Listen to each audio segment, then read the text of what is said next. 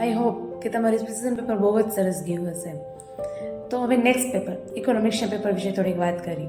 બધાને એવું જ હોય છે ઇકોનોમિક્સનું પેપર બહુ લેન્ધી છે, ટાઈમ ઉપર પૂરું નથી થતું.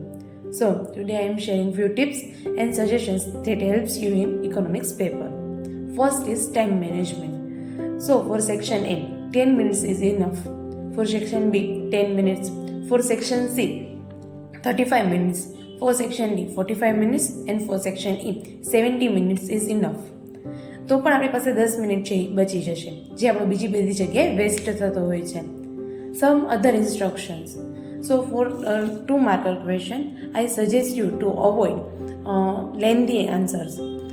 Only explain 4 points in 2 marker question.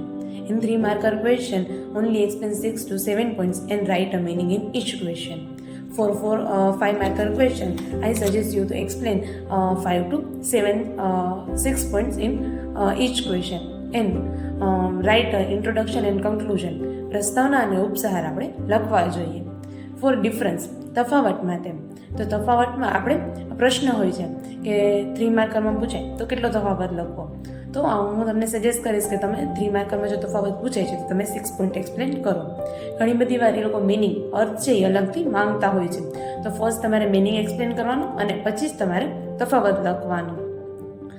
ત્યારબાદ છે ગ્રાફ. તો ગ્રાફ તો મેઇન સપ્લિમેન્ટરીના લાસ્ટ પેજ ઉપર આપેલો હોય છે.